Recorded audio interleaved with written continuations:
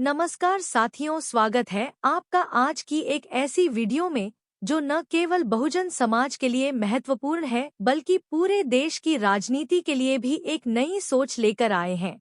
आज हम बात करेंगे उस शख्स की जो आज के दौर में हजारों लाखों युवाओं के दिलों की आवाज बन चुका है। वो इंसान जिसने अन्याय के खिलाफ आवाज उठाई, जिसने सड़कों पर संघर्ष किया, जेल में यातनाएं सही और फिर भी न देगा न होगा। जी हाँ, हम बात कर रहे हैं भीम आर्मी के संस्थापक और आजाद समाज पार्टी के राष्ट्रीय अध्यक्ष चंद्रशेखर आजाद रावण की। लेकिन सवाल यह है कि चंद्रशेखर आजाद रावण देश के प्रधानमंत्री बन सकते हैं? और उससे भी बड़ा सवाल, क्या वह भारतीय जनता पार्टी यानी भाजपा से गठबंधन कर सकते हैं? सुनने में यह सवाल अजीब लगता है और बहुत से लोगों को चौंकाने वाला भी, लेकिन राजनीति में कुछ भी असंभव नहीं होता। यही कारण है कि आज हम इस विषय पर गहराई से चर्चा करेंगे, तथ्यों के आधार पर, ऐतिहासिक संदर्भों के साथ और भविष्य की संभावनाओं को ध्यान में रखते हुए। चंद्रशेखर आजाद रावण कौन है? अगर आप दलित, पिछड़ा या वंचित समाज से आते हैं तो चंद्रशेखर आजाद रावण का नाम आपके दिल में जोश भर देता है। उन्होंने सहारनपुर से भी मामी की शुरुआत की थी, एक ऐसी संस्था जो शिक्षा, आत्मसम्मान और अधिकारों की बात करती है।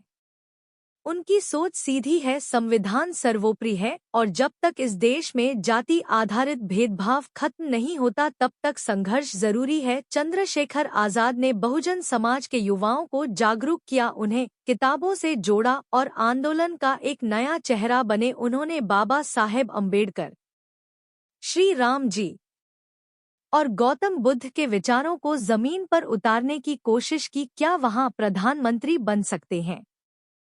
प्रधानमंत्री बनने के लिए 3 बातें जरूरी होती है: जनसमर्थन, संगठन और राष्ट्रीय राजनीति में पकड़ने। अगर हम इन तीनों मापदंडों पर देखें तो चंद्रशेखर आजाद रावण आज भले ही अभी पीछे हैं, लेकिन उनका जोश, उनकी लोकप्रियता और उनका विजन उन्हें भविष्य का बड़ा नेता बना सकता है।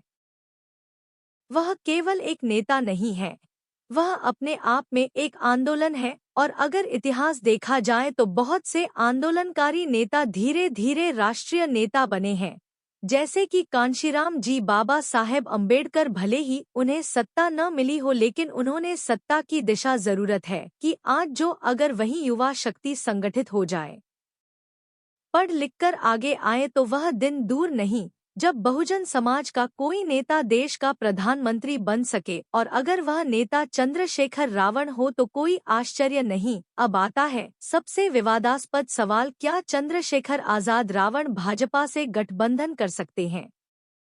भाजपा एक ऐसा दल है जिसे बहुजन समाज का एक बड़ा वर्ग शंका की नज़र से देखता है, क्योंकि इसके इतिहास में कई ऐसे निर्णय रहे हैं जिन्हें दलित, आदिवासी और मुस्लिम समाज ने अपने अधिकारों के खिलाफ माना है। फिर चाहे वह आरक्षण के मुद्दे हैं या फिर संवैधानिक संस्था, युवा उनके साथ हैं।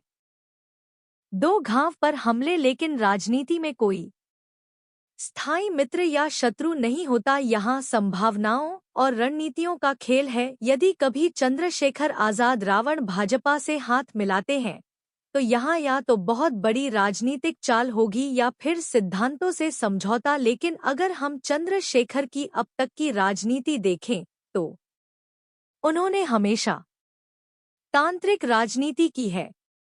वह आरएसएस की आलोचना खुलकर करते रहे हैं, वे हिंदू राष्ट्रवाद के खिलाफ खड़े रहे हैं, वह धर्मनिरपेक्षता के पक्षधर हैं। ऐसे में भाजपा से गठबंधन की संभावना बहुत कम है, लगभग न के बराबर। लेकिन राजनीति में परिस्थितियां बदलती है। अगर कभी ऐसा हुआ तो पूरे बहुजन समाज में गहरा असंतोष पैदा होगा और शायद यही चंद्रशेखर के राजनीतिक जीवन की सबसे बड़ी गलती बन सकती है। अब सोचिए, अगर सच में चंद्रशेखर आजाद रावण देश के प्रधानमंत्री बनते हैं तो क्या होगा? पहली बार देश की राजनीति की दिशा बदल जाएगी। पहली बार एक ऐसा प्रधानमंत्री होगा जो जातिगत उत्पीड़न का शिकार रहा है, जिसने बचपन से भेदभाव देखा है, जिसने संविधान को अपने जीवन का मंत्र माना है। उनकी सरकार शिक्षा, स्वास्थ्य और समानता पर केंद्रित होगी। बहुजन समाज और पूरे देश के लिए नए अवसर पैदा होंगे। अनुसूचित जाति, जनजाति, दलित, मुस्लिम, आदिवासी और पिछड़े वर्गों को वह सम्मान मिलेगा जो अब तक केवल किताबों में लिखा गया है। लेकिन यह रास्ता आसान नहीं होगा। उन्हें न केवल विपक्ष का सामना करना होगा बल्कि अपने ही समाज के भीतर बैठे शंकालु, स्वार्थी ही और लालची लोगों से भी लड़ना होगा। इसमें बहुजन समाज की भूमिका क्या होगी?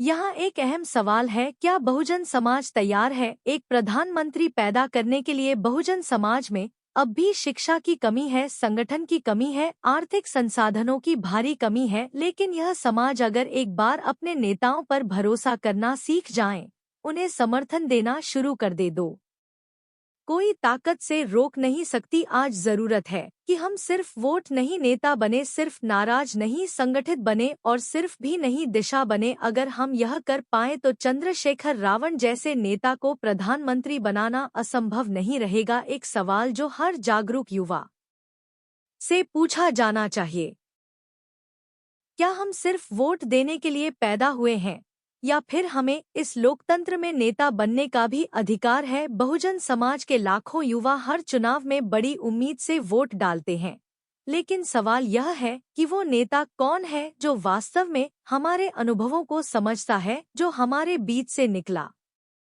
है, जो हमारी भाषा बोलता है, हमारे दर्द को जानता है।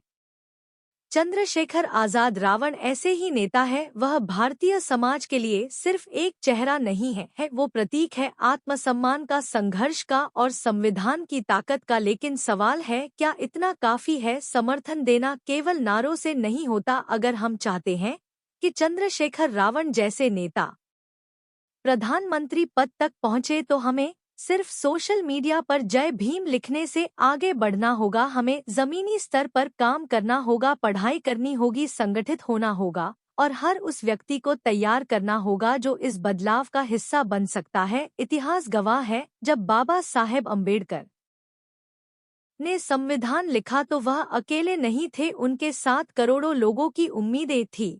जब कांशीराम जी ने बहुजन हिताय बहुजन सुखाय का नारा दिया तो उन्होंने बहुजन बोर्ड को सत्ता में बदल कर दिखाया। आज वक्त है एक नया इतिहास लिखने का। चंद्रशेखर आजाद रावण अगर प्रधानमंत्री पद तक पहुंचते हैं तो यहाँ सिर्फ उनकी जीत नहीं होगी, यहाँ बहुजन समाज के हर उस बच्चा